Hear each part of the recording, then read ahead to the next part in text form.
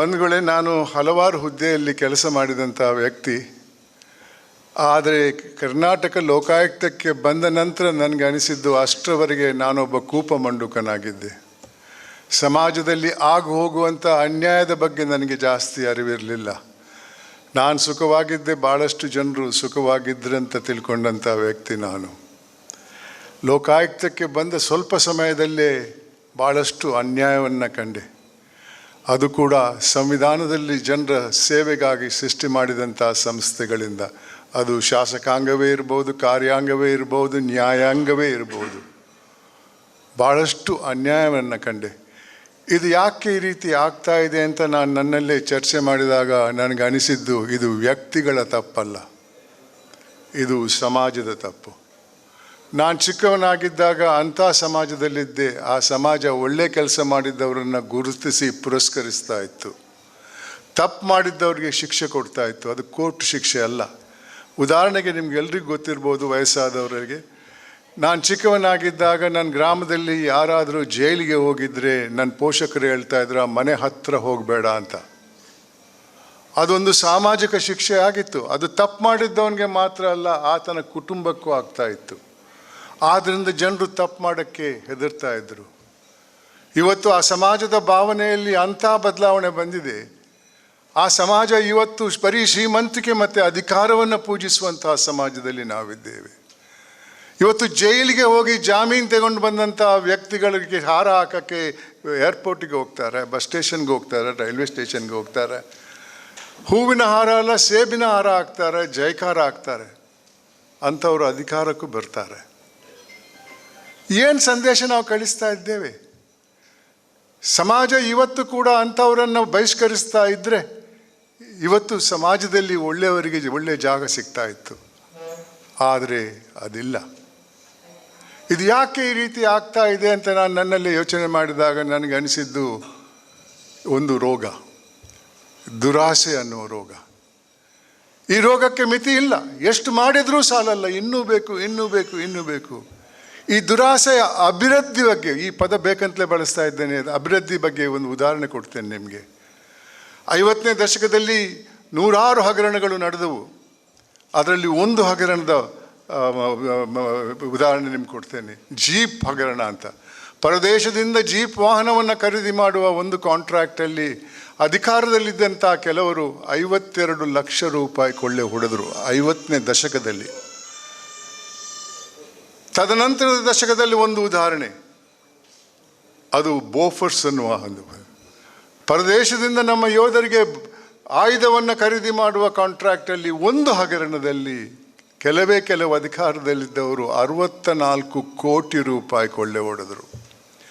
ತದನಂತರದ ದಶಕದಲ್ಲಿ, ಆ ದಶಕದಲ್ಲಿ ಸಾವಿರಾರು ಹಗರಣಗಳು ನಡೆದಿರಬೇಕು, ತದನಂತರ ಕೂಡ ಅಷ್ಟೇ, ಅದಕ್ಕಿಂತ ಜಾಸ್ತಿ ಇರಬೇಕು. ಆ ದಶಕದಲ್ಲಿ ಆದ ಹಗರಣ ಕಾಮನ್ವೆಲ್ತ್ ಗೇಮ್ಸ್ ಅನ್ನೋ ಒಂದು ಹಗರಣ. ಅದರಲ್ಲಿ 70,000 ಕೋಟಿ ರೂಪಾಯಿ ಕೊಳ್ಳೆ ಹೊಡೆದರು. ಈ ಸಂಖ್ಯೆಗಳು ನಾನು ಸೃಷ್ಟಿ ಮಾಡಿದ್ದಲ್ಲ, ಗೂಗಲ್ಗೆ ಹೋಗಿ ನೋಡಿ, ಅದರಲ್ಲಿದೆ. ಜೀಪ್ ಹಗರಣ, ಬೋಫರ್ಸ್, ಕಾಮನ್ವೆಲ್ತ್ ಗೇಮ್ಸ್, ತದನಂತರ 2G ಅನ್ನೋ ಒಂದು ಹಗರಣದಲ್ಲಿ 1,76,000 ಕೋಟಿ ರೂಪಾಯಿ ಒಂದು ಹಗರಣದಲ್ಲಿ. ಆ ದಶಕದಲ್ಲಿ ಸಾವಿರಾರು ಹಗರಣಗಳು ನಡೆದವು. ತದನಂತರ ದಶಕದಲ್ಲಿ 2G ಕೋಲ್ಗೇಟ್ ಅನ್ನೋ ಒಂದು ಹಗರಣ ಬಂತು. ಅದರಲ್ಲಿ 1,86,000 ಕೋಟಿ ರೂಪಾಯಿ. ಬಂಧುಗಳೇ, ಇಷ್ಟೊಂದು ಹಣ ಒಂದು ಹಗರಣದಲ್ಲಿ ಸೋರ್ಕೊಂಡು ಹೋಗಿದ್ರೆ ಆ ದಶಕದಲ್ಲಿ ಆದಂಥ ಎಲ್ಲ ಹಗರಣದಲ್ಲಿ ಸೋರ್ಕೊಂಡು ಹೋದಂಥ ಹಣಕ್ಕೆ ಲೆಕ್ಕ ಹಾಕಿದರೆ ಎಷ್ಟಾಗ್ಬೋದು ಸ್ವಲ್ಪ ಯೋಚನೆ ಮಾಡಿ. 1985ರಲ್ಲಿ ಅಂದಿನ ಪ್ರಧಾನಮಂತ್ರಿ ದಿವಂಗತ ರಾಜೀವ್ ಗಾಂಧಿಯವರು ಮೈಸೂರಲ್ಲಿ ಬಹಿರಂಗವಾಗಿ ಹೇಳಿದಂಥ ಮಾತು, ಅಂದು 85ರಲ್ಲಿ ಸರ್ಕಾರ ಅಭಿವೃದ್ಧಿಗೆ ಕೊಟ್ಟಂಥ 1 ರೂಪಾಯಲ್ಲಿ ಕೊನೆ ಹಂತಕ್ಕೆ ಹೋದದ್ದು 15 ಪೈಸೆ. ಪ್ರಧಾನಮಂತ್ರಿಗಳು ಹೇಳಿದ ಮಾತು, ಇದೂ ಗೂಗಲಲ್ಲಿದೆ. ಈ ಸಂಖ್ಯೆಗಳೆಲ್ಲ ವಿಚಾರಣೆ ನಂತರ ಕೇಂದ್ರ ಸರ್ಕಾರಕ್ಕೆ ವರದಿ ಮೂಲಕ ಕೊಟ್ಟಂಥ ಒಬ್ಬ ಸಂವಿಧಾನದ ಅಧಿಕಾರಿ CAG, the comptroller and auditor general of India, ಅವರು ತಮ್ಮ ವರದಿಯಲ್ಲಿ ಹೇಳಿದಂಥ ಮಾತು. ಯಾವ ರೀತಿಯಲ್ಲಿ ಮುಂದಕ್ಕೆ ಆರ್ಥಿಕ ಪರಿಸ್ಥಿತಿ ಉದ್ಧಾರ ಆಗ್ಬೋದು? ಹೌದು, ಇವತ್ತು ನಾವು ಅಂತಾರಾಷ್ಟ್ರೀಯ ಮಟ್ಟದಲ್ಲಿ 4ನೇ ಆರ್ಥಿಕ ದೇಶ ಆಗಿದ್ದೇವೆ. ಆದರೆ ಇಂಥ ಹಗರಣಗಳು ನಡೆಯದೇ ಇದ್ದರೆ ಏನಾಗ್ತಾ ಇತ್ತು ಸ್ವಲ್ಪ ಯೋಚನೆ ಮಾಡಿ. ಇದರಲ್ಲಿ ಕಷ್ಟಪಡುವವರು ಯಾರು? ಕೊನೆ ಹಂತದಲ್ಲಿರುವಂಥ ವ್ಯಕ್ತಿ, ಸರ್ಕಾರದಿಂದ ಬರಬೇಕಾದಂಥ ಸೌಲಭ್ಯಗಳನ್ನು ಪಡೀಬೇಕಾದಂಥ ವ್ಯಕ್ತಿ, ಅಂಥವರಿಗೆ ಅದರ ಏಟು ಬೀಳುವುದು.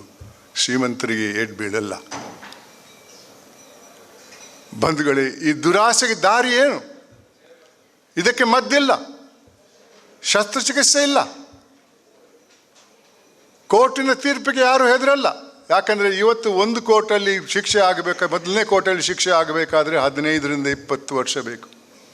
ತದನಂತರ ಒಂದು ಮೇಲಿನ ಕೋರ್ಟ್, ಅಲ್ಲೂ ಒಂದಷ್ಟು 10-15 ವರ್ಷ. ತದನಂತರ ಸುಪ್ರೀಂ ಕೋರ್ಟ್, ಅಲ್ಲೊಂದು 15 ವರ್ಷ. ಕೊನೆ ಹಂತಕ್ಕೆ ತೀರ್ಪು ಬರುವಾಗ ಆ ಕಕ್ಷಿಗಾರ ಇರ್ತಾನೋ ಇಲ್ಲೋ? ನಾನೇ ಒಂದು ಸಲ ಕರ್ನಾಟಕ ಹೈಕೋರ್ಟಲ್ಲಿ ಮಾತಾಡ್ತಾ ಹೇಳಿದೆ, ಈ ಪರಿಸ್ಥಿತಿಯನ್ನು ಬದಲಾಯಿಸದಿದ್ದರೆ ಏನಾಗ್ಬೋದು, ಸ್ವಲ್ಪ ಯೋಚನೆ ಮಾಡಿ. ಗಂಡ ಹೆಂಡತಿ ನಡುವೆ ಜಗಳ, ಗಂಡನಿಗೆ 25 ವರ್ಷ, ಹೆಂಡತಿಗೆ 20 ವರ್ಷ, ಒಬ್ಬರು ಕೋರ್ಟಿಗೆ ಹೋಗ್ತಾರೆ ಡೈವೋರ್ಸಿಗೆ. ಕೊನೆ ಹಂತಕ್ಕೆ ಸುಪ್ರೀಂ ಕೋರ್ಟಿಂದ ಜಜ್ಮೆಂಟ್ ಬರುವಾಗ ಗಂಡನಿಗೆ 85 ವರ್ಷ ಆಗ್ತದೆ, ಹೆಂಡತಿಗೆ 80 ವರ್ಷ ಆಗ್ತದೆ. ಇದು ತೀರ್ಪೇನ್ರಿ? ನ್ಯಾಯಾಂಗದಲ್ಲಿ ಒಂದು ಮಾತಿದೆ, justice delayed is justice denied ಅಂತ. ಆದರೆ ಇವತ್ತಿನ ಪರಿಸ್ಥಿತಿಗೆ ಪೂರಕವಾಗಿ ಜಸ್ಟಿಸ್ ಹರಿಡ್ ಇಸ್ ಜಸ್ಟಿಸ್ ಬೆರಿಡ್ ಅಂತ ಇದ್ದಾರೆ. ಇದಕ್ಕೆಲ್ಲ ಮೂಲ ಕಾರಣ ಬರೀ ದುರಾಸೆ ಅನ್ನೋ ಒಂದು ರೋಗ. ಇದಕ್ಕೆ ಯಾವ ಮದ್ದು ಇಲ್ಲ. ನನ್ನ ಅನಿಸಿಕೆಯಲ್ಲಿ ಇದಕ್ಕೆ ಒಂದೇ ಒಂದು ಮದ್ದು, ಅದು ನಮ್ಮ ಹಿರಿಯರು ಕಟ್ಟಿದಂಥ ಒಂದು ಮೌಲ್ಯ, ತೃಪ್ತಿ. ತೃಪ್ತಿ ಇದ್ದರೆ ದುರಾಸೆ ಬರಲ್ಲ. ದುರಾಸೆ ಇದ್ದು ತೃಪ್ತಿಯನ್ನು ಅಳವಡಿಸಿದರೆ ಆ ತೃಪ್ತಿ ಆ ದುರಾಸೆಗೆ ಮಟ್ಟ ಆಗ್ತದೆ. ತೃಪ್ತಿ ಅಂದರೆ ಒಂದು ಹಂತಕ್ಕೆ ಕೆಲಸ ಸಿಕ್ತು, ಇನ್ನೇನು ಬೇಡ, ಸನ್ಯಾಸಿ ಆಗ್ತೇನೆ ಅಂತಲ್ಲ. ಎಲ್ಲರಲ್ಲೂ ಆಕಾಂಕ್ಷೆ ಅನ್ನೋ ಒಂದು ಗುಣ ಇರಬೇಕು. ಜಾಸ್ತಿ ಓದಬೇಕು, ದೊಡ್ಡ ಹುದ್ದೆಗೆ ಹೋಗಬೇಕು, ಶ್ರೀಮಂತನಾಗಬೇಕು, ಏನೂ ತಪ್ಪಿಲ್ಲ, ಕೋಟ್ಯಾಂತರ ರೂಪಾಯಿ ಮಾಡಿ. ಆದರೆ ಇನ್ನೊಬ್ಬನ ಜೇಬಿ ಕೈ ಹಾಕಿ ಅಲ್ಲ, ಇನ್ನೊಬ್ಬನ ಹೊಟ್ಟೆ ಕಲ್ಲಾಕಿ ಅಲ್ಲ. ಅಂಥ ಸಂಪತ್ತಿನಿಂದ ಎಂದೂ ನಿದ್ದೆ ಬರಲ್ಲ. ಆ ಹಣವನ್ನು ಬ್ಯಾಂಕಲ್ಲಿ ಇಡೋಕ್ಕಾಗಲ್ಲ, ಮನೆಯಲ್ಲೇ ಇಟ್ಕೊಳ್ಬೇಕು. ಇನ್ನೊಬ್ಬರ ಮನೆಯಲ್ಲಿ ಇಟ್ಟಿದ್ರೆ ಅವ್ರು ಮತ್ತೆ ವಾಪಸ್ ಕೊಡಲ್ಲ. ಮನೆಯಲ್ಲೇ ಇಟ್ಟಿದ್ರೆ ಇಷ್ಟೊಂದು ಹಣ ಯಾವಾಗ ಎನ್ಫೋರ್ಸ್ಮೆಂಟ್ ಡಿಪಾರ್ಟ್ಮೆಂಟ್ನವ್ರು ಬರ್ತಾರೋ, ಯಾವಾಗ IT ಇನ್ಕಮ್ ಟ್ಯಾಕ್ಸ್ನವ್ರು ಬರ್ತಾರೋ, ಯಾವಾಗ ದರೋಡೆಕೋರವ್ರು ಬರ್ತಾರೋ ಅನ್ನೋ ಯೋಚನೆ ಇದ್ದೇ ಇರ್ತದೆ. ಅಷ್ಟೊಂದು ಹಣ ಮನೆಯಲ್ಲಿ ನಗದಿದ್ದರೆ ಮಕ್ಕಳು ಮುಂದೆ ಏನಾಗ್ಬೋದು, ಅದರಿಂದ ನಿದ್ದೆ ಬರಲ್ಲ. ನಾನು ಭಾಳ ಹತ್ತಿರದಿಂದ ಕಂಡಿದ್ದೇನೆ.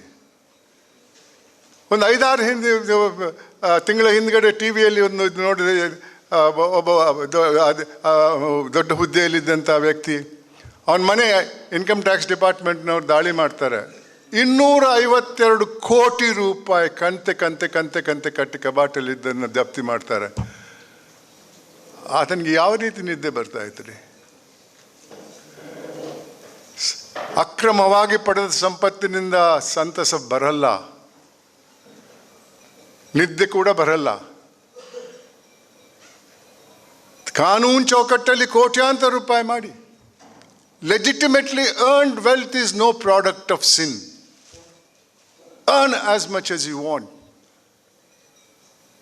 but never ever from wrongful means. ಬಂಧುಗಳೇ, ಈ ತೃಪ್ತಿ ಅನ್ನೋ ಗುಣ ಮೌಲ್ಯವನ್ನು ಅಂಗಡಿಯಲ್ಲಿ ಮಾಡಬೇಕಾಗಿಲ್ಲ. ಆದರೆ ಇವತ್ತು ಮಕ್ಕಳಲ್ಲಿ ಆ ಮೌಲ್ಯವನ್ನು ಯಾರು ಕಟ್ಟುವವರು? ನಾನು ಚಿಕ್ಕವನಾಗಿದ್ದಾಗ ನನ್ನ ಪೋಷಕರು ಹೇಳ್ತಾ ಇದ್ರು, ಇದು ಮಾಡು, ಇದು ಮಾಡಬೇಡ ಅಂತ. ತಪ್ಪು ಮಾಡಿದರೆ ಏಟು ತಿಂದದ್ದು ನೆನಪಿದೆ. ಶಾಲೆಗೆ ಹೋದಾಗ ನೀತಿ ಪಾಠ ಅಂತ ಒಂದು ಸಬ್ಜೆಕ್ಟ್ ಇತ್ತು, ಮಾರಲ್ ಸೈನ್ಸ್. ಅದು ನನ್ನ ಪೋಷಕರು ಹೇಳಿದ್ದನ್ನು ಒತ್ತಿ ಒತ್ತಿ ಹೇಳ್ತಾ ಇತ್ತು. ಇವತ್ತು ಭಾಳಷ್ಟು ಗಂಡ ಹೆಂಡತಿಗೆ ಇಬ್ಬರು ಕೆಲಸ ಮಾಡುವವರು. ಕೆಲಸ ಅಂದ್ರೇನು? ರೋಗ. ಅಲ್ಲೊಂದು ಪ್ರಮೋಷನ್ ಆಗಬೇಕು, ದೊಡ್ಡ ಹುದ್ದೆಗೆ ಹೋಗಬೇಕು, ಅದಕ್ಕೆ ಅರ್ಹನಂತ ತೋರಿಸ್ಬೇಕಂತ ಆಫೀಸ್ನ ತಲೆನೋವನ್ನು ಮನೆಗೆ ತರ್ತಾರೆ. ಲ್ಯಾಪ್ಟಾಪಲ್ಲಿ ರಾತ್ರಿ ಎಲ್ಲ ಕುಳಿತು ಕೆಲಸ ಮಾಡ್ತಾ ಇರ್ತಾರೆ. ಕೆಲಸಕ್ಕೆ ಹೋಗದವರು ಸೀರಿಯಲ್ ನೋಡ್ತಾ ಇರ್ತಾರೆ TV ಯಲ್ಲಿ. ಮಕ್ಕಳಿಗೊಂದು ಐಫೋನ್ ಕೊಟ್ಟಿರ್ತಾರೆ, ಆ ಐಫೋನ್ನಲ್ಲಿ ಯಾವ ಮೌಲ್ಯನೂ ಇಲ್ಲ. ಯಾರು ಕಲಿಸುವವ್ರಿ ಮಕ್ಕಳಿಗೆ? ಈ ಒಂದು ದೊಡ್ಡ ಸಾಮಾಜಿಕ ಬದಲಾವಣೆ ಬರಬೇಕು ಬಂಧುಗಳೇ. ಸ್ವಲ್ಪ ಮಕ್ಕಳ ಜೊತೆ ಸಂಪರ್ಕ ಇಟ್ಕೊಳ್ಬೇಕು. ಮಕ್ಕಳಿಗೆ ಯಾವುದು ಸರಿ ಯಾವುದು ತಪ್ಪು ಅನ್ನೋದನ್ನು ತೋರಿಸ್ಕೊಳ್ಬೇಕು. ಶಾಲೆಯಿಂದ ಬಂದ ನಂತರ ಇವತ್ತು ಏನು ಮಾಡಿದೆಯೋ ಶಾಲೆಯಲ್ಲಿ ಅಂತ ಅವ್ರ ಜೊತೆ ಚರ್ಚೆ ಮಾಡಬೇಕು. ಆವಾಗ ಹಿಂದೆ ಇದ್ದಂಥ ಸಮಾಜವನ್ನು ಸೃಷ್ಟಿ ಮಾಡಬಹುದು. ಬಂಧುಗಳೇ, ಈ ಪ್ರಯತ್ನ ಆಗಬೇಕು. ನನ್ನೊಬ್ಬನಿಂದ ಬದಲಾವಣೆ ಬಂದರೆ ಏನು ಪ್ರಯೋಜನ ಅಂತ ಹೇಳಿಕೆ ಬೇಡ. ಈ ಬದಲಾವಣೆ ತರುವಂಥ ಪ್ರಯತ್ನ ಮಾಡಿ. ನಾನು ನಿಮ್ಮ ಮುಂದೆ ಧೈರ್ಯವಾಗಿ ಹೇಳ್ತೇನೆ, ನನ್ನ ಕಾನೂನು ಚೌಕಟ್ಟಲ್ಲಿ ಪಡೆದಂಥ ಸಂಪತ್ತಿನಿಂದ 1 ರೂಪಾಯಿ ಕೂಡ ನಾನು ಯಾರಿಂದಲೂ ಮಾಡಿಲ್ಲ. ಇಲ್ಲದಿದ್ದರೆ ಇಷ್ಟೊತ್ತು ನಾನಿಲ್ಲಿ ನಿಲ್ತಾ ಇರಲಿಲ್ಲ. ಇವಾಗಲೇ ಹೇಳಿದಂಗೆ 3 ಮುಖ್ಯಮಂತ್ರಿಗಳ ವಿರುದ್ಧ ವರದಿ ಕೊಟ್ಟಿದ್ದೇನೆ, 8 ಮಂತ್ರಿಗಳ ವರದಿ ಕೊಟ್ಟಿದ್ದೇನೆ, 150ಕ್ಕೂ ಜಾಸ್ತಿ ಅಧಿಕಾರಿಗಳು, IAS IPS, police sub inspector ಮತ್ತು ಕಾನ್ಸ್ಟೇಬಲ್ಸ್ಗಳೆಲ್ಲ ಇಲ್ಲೇ ತೃಪ್ತಿ ಪಡೆಯುವಂತಹ ಒಂದು ಮೌಲ್ಯ. ನಾನು ಮಕ್ಕಳಿಗೆ ಹೇಳ್ತಾ ಇರ್ತೇನೆ. ನಾನು ಇವಾಗಲೇ ಇವರು ಹೇಳಿದಂಗೆ 1853 ಶಾಲಾ ಕಾಲೇಜಿಗೆ ಹೋಗಿದ್ದೇನೆ. 85 ವರ್ಷ ವಯಸ್ಸು. ಬಸ್ಸಲ್ಲಿ ಹೋಗ್ತೇನೆ, ಟ್ರೈನಲ್ಲಿ ಹೋಗ್ತೇನೆ, ಪ್ಲೇನಲ್ಲಿ ಹೋಗ್ತೇನೆ. ನನ್ನ ಸ್ವಂತ ಖರ್ಚಲ್ಲಿ 1 ರೂಪಾಯಿ ಯಾರಿಂದಲೇ ತಗೊಳ್ಳಲ್ಲ. ಅಲ್ಲೇ ಪ್ರಯತ್ನ ಮಾಡ್ತೇನೆ. ಮಕ್ಕಳ ಜೊತೆ ಇದೇ ಮಾತನ್ನಾಡಿ, ಅವ್ರ ಜೊತೆ ಸಂವಾದ ಮಾಡಿ, ಅವರ ವಿಚಾರವನ್ನು ತಿಳ್ಕೊಂಡು ಅದಕ್ಕೆ ಸರಿ ದಾರಿಯಲ್ಲಿ ಇರದೇ ಇದ್ದರೆ ಅದಕ್ಕೆ ಬೇಕಾದಂಥ ಉತ್ತರ ಕೊಟ್ಟು ನಾನು ಪ್ರಯತ್ನ ಮಾಡ್ತಾ ಇದ್ದೇನೆ. ಬಂಧುಗಳೇ, ಈ ಮೌಲ್ಯ ತೃಪ್ತಿ ಜೊತೆ ಇನ್ನೊಂದು ಮೌಲ್ಯದ ಅಗತ್ಯ ಇದೆ. ಅದು ಮಾನವೀಯತೆ. ನಾವು ಹುಟ್ಟುವಾಗ ಮಾನವರಾಗಿ ಹುಟ್ಟಲ್ಲ. ಮಾನವ ಅನ್ನುವ ಗುಂಪೇ ಸೈನ್ಸಲ್ಲಿ ಇಲ್ಲ. ಸೈನ್ಸಲ್ಲಿ ನಾವು ಹುಟ್ಟುವುದು ಹೋಮೋಸೆಪಿಯನ್ಸ್ ಅನ್ನೋ ಒಂದು ಗುಂಪಿಗೆ. ಅದಕ್ಕೂ ಮಾನವೀಯತೆಗೂ ಯಾವ ಸಂಬಂಧನೂ ಇಲ್ಲ. ಮಾನವೀಯತೆ ಅನ್ನೋದು ನಮ್ಮ ಹಿರಿಯರು ಕಟ್ಟಿದಂಥ ಒಂದು ಮೌಲ್ಯ. ಸಮಾಜದಲ್ಲಿ ಶಾಂತಿ ಸೌಹಾರ್ದ ಇರಬೇಕಾದ್ರೆ ಮಾನವೀಯತೆ ಇರಬೇಕು. ನಮ್ಮ ಹಿರಿಯರು ಗುರುಗಳು ಬರೆದಿದ್ದಾರೆ, ಏನೇ ಆಗು ನಿನಗೆ ಬೇಕಾದವನಾಗು, ಆದರೆ ಮೊದಲು ಮಾನವನಾಗು ಅಂತಾರೆ. ಅದಕ್ಕೆ ಪೂರಕವಾಗಿ ನಾನು ನನ್ನದೇ ಒಂದು ಸಂದೇಶವನ್ನು ಮಕ್ಕಳಿಗೆ ಕೊಡ್ತಾ ಇರ್ತೇನೆ. ಹುಟ್ಟುವಾಗ ಮಾನವನಾಗಿ ಹುಟ್ಟದೇ ಇದ್ದರೂ ಜೀವನ ಪಥದಲ್ಲಿ ಮಾನವೀಯತೆಯನ್ನು ಅಳವಡಿಸಿಕೊಂಡು ಸಾಯುವಾಗ ಮಾನವನಾಗಿ ಸತ್ತರೆ ಅದಕ್ಕೆ ಮೇಲ್ಪಟ್ಟಂಥ ಗೌರವ ಯಾವುದೂ ಇಲ್ಲ. ಬಂಧುಗಳೇ, ಇದೇ ರೀತಿ ಆ ಹಣದ ಮೊತ್ತ ಕೋಟಿಗೂ ಹೋದರೆ ಸಮಾಜದಲ್ಲಿ ಶಾಂತಿ ಇರಲ್ಲ. ಯಾರಿಗೆ ಹೋಗಬೇಕಾಗಿತ್ತೋ ಆ ಹಣ ಅವ್ರಿಗೆ ಸಿಗದೇ ಇದ್ದರೆ ಒಂದು ದಿವಸ ಕ್ರಾಂತಿ ಆಗ್ಬೋದು.